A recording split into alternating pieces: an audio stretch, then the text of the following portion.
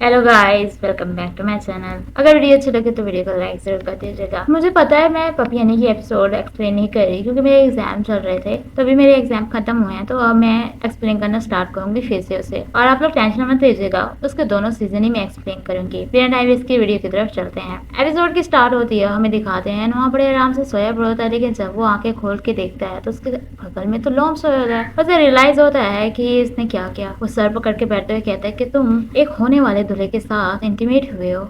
उसके बालों को टच करता है, कहता है तुम बहुत मीन हो राम, तुमने अपना लव क्यों कन्फेस किया मुझसे। और कहता है मुझे भी घर जाना होगा। वो ड्रेस अप होने लगता है, लेकिन उसके चादर को ठीक करता है और उसकी गाल पे किस करते हुए कहता है कि मेरे पास अब और कोई राज नहीं है तुम्हें ऐसे ऐसे किस करने का। और वहाँ से बाहर आ जाता है और इनको कॉल करता है और उससे छुट्टियां मांगता है, जिसपे वो कहती है ठीक है तुम जितनी छुट्टियां करना चाहो कर सकते हो, मैं बॉस से बात कर लूंगी। ना कहते तुम पूछोगी नहीं कि मैं छुट्टियां क्यों ले रहा हूँ और क्या हुआ है। फिर वो कहती है अगर तुम बताना चाहो तो तुम मुझे बता सकते हो, अगर तुम इसके साथ ओके हो तो। वो नीचे बैठता है और कॉल कट करके बहुत ही रोता है। हमें दिखाते हैं लॉन्ग जो कि बड़े स्माइल करते हुए अपने बेड पे हाथ फेरता है कि आगे से ना होगा, लेकिन वो वहाँ पे नहीं होता। उसे पूरे घर में ढूंढता है, वो उसे कहीं नहीं मिलता। तो वह इनके पास पहुंच जाता है और कहता है तुम्हें कहने का क्या मतलब है कि नोआ छुट्टियां लेके गया हुआ है। वो आगे से कहते हैं जो तुमने सुना वही इसका मतलब है। प्राइस और जिम भी बात कर रहे हैं आपस में कि इन दोनों के दरमियान से लड़ाई क्यों हो रही है। और वो कहता है कि अच्छा वो वापस कब आएगा। इम कहती मुझे नहीं पता वो कब वापस आएगा। आगे सलाम कहता है ये किस तरह की कंपनी है, पता ही नहीं होता कि कब किसने वापस आना है। इम कहती इस वजह से तो हमारी कंपनी इतनी अच्छी है। और फिर वो कहती है क्या तुम अपनी वेडिंग को लेकर परेशान हो, टेंशन मत लो तुम्हारी वेडिंग को मैं हैंडल करूंगी। लेकिन आगे सलाम कहता है मेरा वेडिंग प्लानर नुआ है तो वही रहेगा,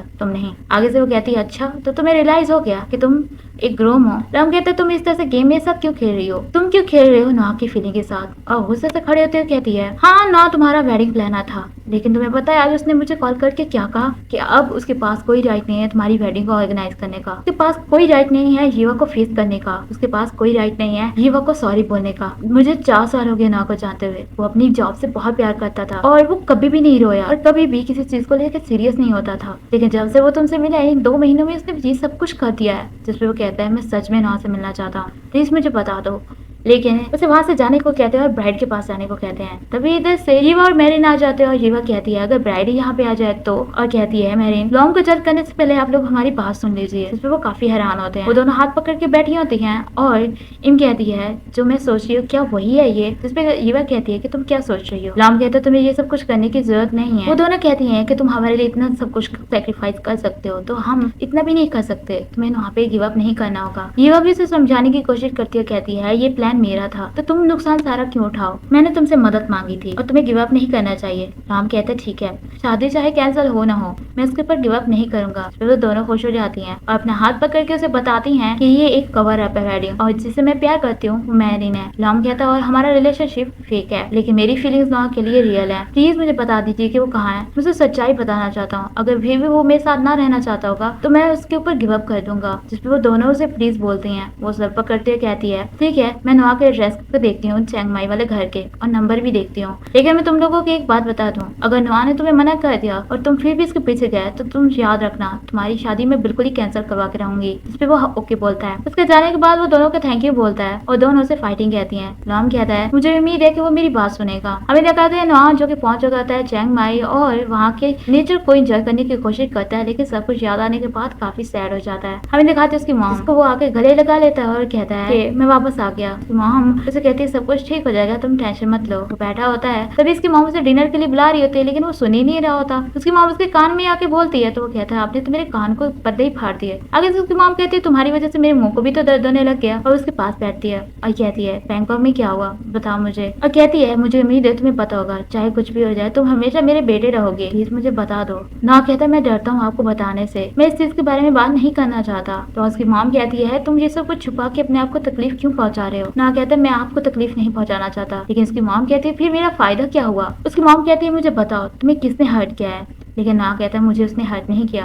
मैंने अपने आप को खुद हर्ट किया है, मैंने एक मिस्टेक की है मॉम, मैंने ये सब कुछ कर दिया। मैं इतना इजी कैसे हो सकता हूँ, मैं उसे प्यार करने लग गया था हालांकि मुझे पता था वो किसी और का है। मुझे ये सब कुछ अपने ऊपर ब्लेम लगाना होगा। मैं ऐसे लड़के के साथ इन्वॉल्व हुआ जो कि शादी करने वाला था। मुझे नहीं पता मैं कब इस तरह का पर्सन बन गया। और सॉरी बोलता है अपनी मॉम को इस चीज को लेकर। उसकी मॉम से गले लगाती है और उसे चुप कराने की कोशिश करते हुए कहती है कि हर कोई मिस्टेक करता है और बुरा और अच्छा शख्स तो वो होता है जिसको फर्क पता हो अपनी मिस्टेक का। तुम रोए और तुम्हें एहसास भी है, तुम्हें गिल्टी भी फील हो रहा है, तो तुम बुरे पर्सन नहीं हो। तुम्हें अपने आप को इस तरह से नहीं कहना चाहिए। तुमने अपनी पूरी कोशिश की है उससे दूर होने की और उसे फिर से गले लगा दिया है, जिसपे वो उसे प्रॉमिस करता है कि आइंदा से वो ऐसी कोई हरकत नहीं करेगा। उसकी मॉम उसे रोने को मना करती है और कहती है नहीं तो तुम्हारा हैंडसम फेस खराब हो जाएगा, पर वो कहता है मैं तो क्यूट हूँ ना, और उसे फिर से गले लगा लेता है। उसके बाद हमें दिखाते हैं वो सोया पड़ा होता है। इधर से उसकी कजन रे और इसकी मॉम आते हैं। मॉम से कहती है ये मैं तुम्हारे ऊपर छोड़ रही हूँ। ये कहती है आंटी आप टेंशन मत लीजिए। तभी वो दो लड़कों को अंदर बुलाती है, जिसमें से एक लड़के का नाम सन होता है। सन उसे सॉरी बोलता है और कहता है मुझे नहीं पता तुम कौन हो, लेकिन मुझे ये सब कुछ करने के लिए ऑर्डर दिए गए हैं। और वो दोनों उसको उठा के वहाँ से लेके चले जाते हैं। हमें दिखाते हैं वो उसे बाग में लेके गए होते हैं, जो कि रे की फैमिली को होता है। वो कहता है तुम लोग मुझे यहाँ पे क्यों लेके आए हो, ये काफी जगह चेंज हो चुकी है, मुझे किडनैप करने की तुम्हें क्या जरूरत थी। वो कहती है इस वजह से क्योंकि तुम घर में पड़े रहते थे, बाहर नहीं निकलते थे। तुम बाहर निकलोगे तो तुम्हें अच्छा फील होगा। और अपने बेटे के बारे में बात करती है, तो उसके बारे में पूछता है तो बताती है वही खेलने गया हुआ है। ना कहता है इसका मतलब ये मेरी मॉम का प्लान था ना, जिसपे वो हाँ कहती है और पूछती है क्या ये सब कुछ पंगा तुम्हारे लव की वजह से हुआ है। लेकिन ना कहता है मैं इसके ऊपर गिव अप करना चाहता हूँ, मूव ऑन आना चाहता हूँ। और वो कहती है अच्छा बताओ इन लड़कों में से तुम्हें कौन सा पसंद है, मैं तुम्हें लेके दूंगी। जिसपे वो सन की तरफ उंगली करते हुए कहता है ये लड़का जो मुझे यहाँ पे लेके आया था, इसका स्टेमिना मुझे लगता है बहुत ज्यादा है। लेकिन वो उसकी तरफ उंगली करते हुए कहती है अच्छा ये लड़का तुम, ये काफी लिमिटेड है। जैसे रे का ब्रदर रेयू आ जाता है, जिसपे ना कहता है ये तुम्हारा भाई है ना, यहाँ पे क्या कर रहा है ये, क्या उसने भी डिसाइड कर लिया तुम लोगों की हेल्प करने की। लेकिन वो कहती है नहीं, वो यहाँ पे वैसे ही आया हुआ है और जिस लड़के की तरफ तुमने इशारा किया था वो इसका बॉयफ्रेंड है। फिर वो हैरान होकर कहता है इसका मतलब रेयू को लड़के पसंद है। ये कहती है हाँ ये सन है, ये इसकी यूनिवर्सिटी में पढ़ता है, उसे पसंद करता है, वो हमारा ब्रदर इन लॉ बनना चाहता था लेकिन हमने इसे काम पे लगा दिया। सन को अपने आप को प्रूव करना होगा। जिसपे रेयू कहता है तुम लोग तो बहुत ही डेंजरस हो। रेयू देख लेता है कि नोआ है और उसे हेलो बोलना स्टार्ट कर देता है। ना कहता है तुम अपने हस्बैंड को यहाँ पे लेके आए हो, लेकिन वो साफ साफ मना कर देता है कि ये मेरा हस्बैंड नहीं है। लेकिन आगे से सन उसे गले लगाते हुए कहता है तुमने सही कहा ब्रदर, और सॉरी बोलता है जो सब कुछ अभी तक उसने उसके साथ किया। कहता है अगर मैं ऐसा ना करता तो ये फैमिली मुझे तुम्हारे यंगेस्ट ब्रदर को यहाँ से नहीं लेके जाने देती। रेयू कहता है तुम्हारी ये आखिरी विश होगी, तुम मरना चाहते हो क्या, और दोनों लड़ते हुए वहाँ से चले जाते हैं। तभी ना कहता है अच्छा मुझे पता चला मॉम मुझे यहाँ पे क्यों बुला रही थी। वो उसे तसल्ली देते हुए कहती है कि जो कुछ भी तुम्हारे साथ हुआ है इस बैंक को लड़के के साथ बात कर लेनी चाहिए। लेकिन आगे से ना कहता है ये पॉसिबल नहीं हो सकता क्योंकि मैं वो सब कुछ पीछे छोड़ के आ चुका हूँ। उसे वहाँ पे रहने को कहती है, जिसपे वो कहता है ठीक है। वो डिनर कर रहे होते हैं जहाँ पे सन को चोट लगी होती है और ये इसको मरहम लगाने की कोशिश कर रहे होते हैं। दोनों आपस में फ्लर्ट किए जा रहे होते हैं और तभी ना कहता है इस वजह से तुम मुझे कॉल नहीं कर रहे थे क्योंकि तब तुम्हारा बॉयफ्रेंड आ गया है। लेकिन वो कहता है ऐसी कोई बात नहीं है। सन कहता है हाँ ऐसी बात है, मैं इसका बॉयफ्रेंड नहीं बल्कि मैं इसका हस्बैंड हूँ। वो आपस में ही लड़ने लग जाते हैं और वहाँ से रेयू चला जाता है और बताता है कि हम गेम की बात कर रहे थे, कल रात हमने गेम खेली थी। वहाँ से सन भी चला जाता है और रेयू उसका हस्बैंड दोनों आपस में फ्लर्ट करने लग जाते हैं। जिसपे नोआ कहता है आप लोग मुझे सिंगल फील करा रहे हो। तो एक हस्बैंड कहता है कि तुम्हारे लिए तो लड़कों की लाइन पक्का लगी पड़ेगी, कोई बॉयफ्रेंड बना लो। लेकिन वो कहता है ऐसा कुछ भी नहीं है, सैड हो जाता है। वो अकेला खड़ा होता है और सोच रहा होता है लॉम के बारे में। वो अपने आप को मना करता है ये सब कुछ सोचने के लिए और कहता है तुम इस तरह से पहले बिल्कुल भी नहीं थे। नोआ मौसम की तरफ देखता है और उसे लॉम की याद आती है। वो कहता है तुम्हें मूव ऑन होना होगा। फिर वो कहता है कि लॉम ने कैसा रिएक्शन दिया होगा जब वो जाग होगा, क्या उसने मुझे ढूंढने की कोशिश की होगी। और अपने दिल पे हाथ रखते कहता है तुम अपने दिमाग की क्यों नहीं सुनते ना। हमें लॉम दिखाते हैं जो कि नोआ के बारे में सोच रहा होता है और कहता है मुझे अपना लव जल्दी कन्फेस कर देना चाहिए था। तुम एक नंबर के बास्टर्ड हो लॉम, मैं हमेशा तुम्हारे लिए देखता रहा हूँ, तुम्हें प्यार करता रहा हूँ और मैं ये चीजें इस तरह से एंड नहीं होने दूंगा। वो नोआ की मॉम को कॉल करता है और उसे हेलो बोलता है और नोआ से बात करने को कहता है। तो वो समझती है वो उसका फ्रेंड है, लेकिन वो बताता है मैं उसका फ्रेंड नहीं हूँ, मैं उसका क्लाइंट हूँ। जिसपे उसे पता चल जाता है कि वो कौन है और वो कहती है तुम्हारी वजह से मेरा बेटा रोया ना। तो वो सॉरी बोलता है। वो कहती है प्लीज तुम उसे अकेले छोड़ दो, वो पहले ही बहुत सारी चीजों को हैंडल कर चुका है और उसको हार्ड टाइम और मत दो। जिसपे वो कहता है मुझे सिर्फ एक बार उसे बात करने दीजिए, उसको गलत फहमी हो गई है, मेरी लाइफ में उसके अलावा कोई भी नहीं है, मुझे उससे बस बात करनी है। जिसपे वो कहती है मुझे नहीं लगता वो तुमसे बात करेगा। लेकिन आगे से वो कहता है चाहे कुछ भी हो जाए मैं उसे बात करके रहूंगा। मैं इस तरह से सेल्फिश हूँ मैं मानता हूँ, लेकिन मैं इस तरह से एंड नहीं होने दूंगा। मैं कल चैंग माई आऊंगा, प्लीज मुझे उससे बात करने दीजिएगा। फिर उसका नाम पूछते हैं, वो अपना नाम बताता है। हमें दिखाते हैं सन उसका नेम प्लेट लेके खड़ा होता है, उसका इंतजार कर होता है एयरपोर्ट पे और सबसे पूछ रहा होता है कि तुम सैलून किया। अभी सैलून आता है, उसकी तारीफ झाड़ते कहता है तुम हैंडसम लग रहे हो, तुम सैलून होगे ना। तो वो हाँ बोलता है और वो चैम्प को कहता है कि तुम समझ गए ना। सैलून को गाड़ी दिखाता है कि इसमें हमने जाना है। वो कहता है कि तुम लोग कौन हो, ना से मिलना चाहते हो ना, मैं सन हूँ और ये चैम है, हम कोई स्कैम नहीं कर रहे। लॉम कहता है कि मैं तुम्हारे साथ ना आया तो। जिसपे सन कहता है अगर तुम इस तरह से हमें रिफ्यूज करोगे तो तुम नोआ को कभी भी नहीं देख पाओगे। और तुम्हें एक चीज में बता दो, ये फैमिली बहुत ही डेंजरस है और तुम्हें सब कुछ एहतियात से करना होगा। गाड़ी चलाने में मैं तो बिल्कुल ही बेकार हूँ माउंटेन पे,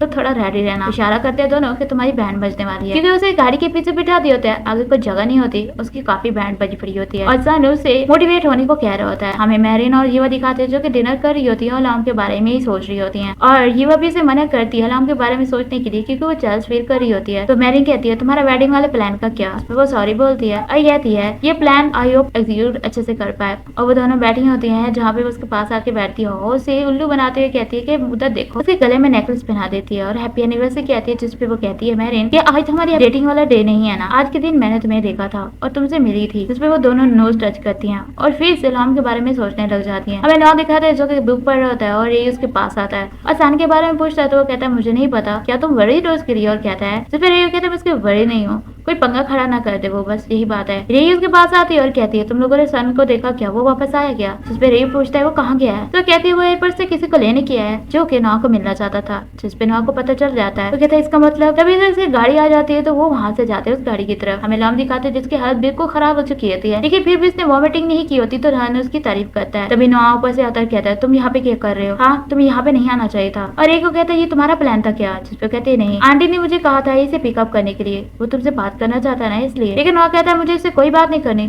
तो तुम यहाँ से चले जाओ। तुम भूल गए क्या एक मंथ में तुम्हारी शादी है? लॉम कहते मेरी बात तो सुनो, मुझे एक्सप्लेन करने का मौका तो दो। लेकिन आगे से वो कहता है कोई जरूरत नहीं है तुम्हें एक्सप्लेन करने की, मैं हूँ तुम्हारा वेडिंग प्लानर और मुझे पता है तुम 10 साल हो गए अपनी ब्राइड से प्यार करते हो, मुझसे नहीं, और जो कुछ हमारे दरमियान हुआ वो भी एक मिस्टेक थी। तुम्हें यहाँ से चले जाना चाहिए हीवा के पास और किसी और को तकलीफ नहीं देना चाहिए, मैं नहीं चाहता मेरी वजह से किसी को तकलीफ हो। कहता है सन को उसे वहाँ से ले जाने के लिए वहाँ से चला जाता है। रेयू उसे लड़ने के लिए आता है और कहता है तुम वापस चले जाओ। सन भी उसे वापस जाने को कह रहा होता है। रेयू कहती है अगर मुझे पता होता ये सब कुछ हुआ तो मैं तुम्हें यहाँ पे आने का मौका ही नहीं देती। और कहती है कि तुमने पहले ही नौ को इतना हर्ट किया है। सन कहता है कि तुम्हारे पास कोई अच्छी वाली एक्सप्लेनेशन है तो तुम इस फैमिली को देना, नहीं तो ये फैमिली तुम्हें मैं बता रहा हूँ बिल्कुल भी अच्छी नहीं है। और हमें दिखाते हैं ना कहते तुम वापस क्यों आए हो? हाँ क्या एक्सप्लेन करना चाहते हो मुझे? मेरा पहले ही दिल इतना टूटा हुआ है और तुम क्या चाहते हो? मेरे जख्म पे नमक छिड़कना बंद करो नॉम। और कहता है मुझे मूव ऑन होना है। तभी लॉम पीछे से आ जाता है, उसे कहता है मेरी बात तो सुनो। लेकिन आगे से नॉ कहता है कोई जरूरत नहीं किसी चीज की बात करने की, तुम कोई ना कोई तो बहाना मारोगे कि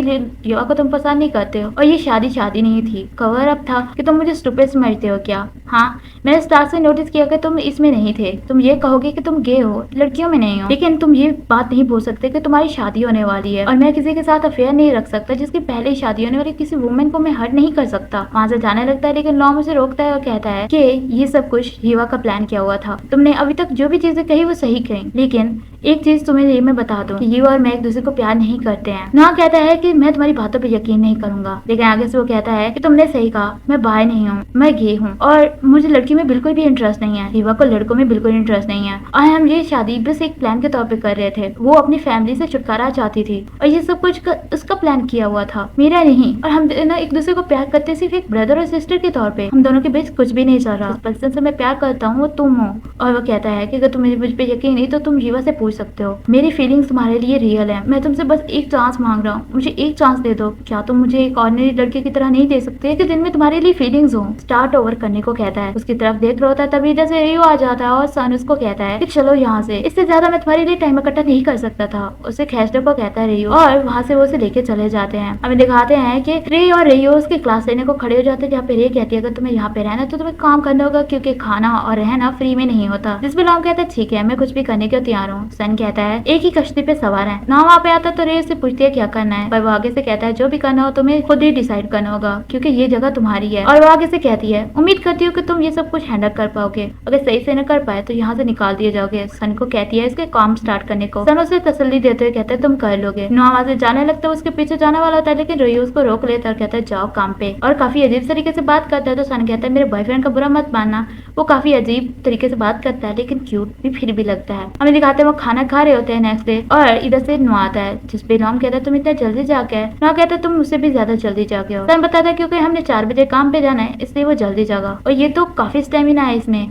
बिल्कुल भी नहीं थका था ये कल। जिसपे नौ कहता है हाँ क्यों नहीं, क्योंकि ये हफ्ते में 4 दिन जाता है जिम, इस वजह से ये नहीं थका। जिसपे लॉम स्माइल करता है तो उसे स्माइल करने की वजह पूछता है तो लॉम कहता है मैं इसलिए स्माइल कर रहा हूँ क्योंकि तुम्हें मेरे बारे में कुछ तो याद है। रेयू गुस्से करते हुए मीट के ऊपर कांटा दे मारता है और उसकी तरफ गुस्से से देखता है। जिसपे सन कहता है मेरे बॉयफ्रेंड को बुरा मत मानना, ये काफी पॉजिटिव है अपने कजन को लेकर। और कहता नहीं ये पूरी फैमिली पॉजिटिव है एक दूसरे को लेकर। वहाँ जाता है अपने लिए कॉफी बनाने के लिए, तभी इसके हाथ पे कॉफी गिर जाती है और हाथ जल जाता है। तो हम इसके उसके पास जाता है, कहता है तुम ठीक हो, जिसपे वो हाँ कहता है, पर वो कहता है तुम झूठ बोल रहे हो। और तभी सानू उसे मौका देते हुए कहता है कि तुम्हें इसके हाथ पे किस करना चाहिए तो उसकी जलन दूर हो जाएगी। रे उसे डांटता कहता है तुम अपना मुंह नहीं बंद कर सकते। वो उसके हाथ पे किस करता है और कहता है तुम इस तरह से नेक्स्ट टाइम क्लमजी मत बनना, नहीं तो तुम्हें फिर से चोट लग जाएगी, मैं तुम्हारे परेशान होता हूँ। रे उसको धमकी देते हुए कहता है अगर तुम्हारा खाना खत्म हो गया तो हमें यहाँ से जाना होगा। राम कहता है मुझे काम पे जाना होगा, वहाँ से चला जाता है। सानू उसे पैकेट देता है, कहता है ये कोई गया था नीचे और तुम्हारे लिए लेके आया था, और इसके अंदर नोट भी है जिसके ऊपर लिखा हुआ था कि मैं तुम्हारी स्माइल देखना चाहता हूँ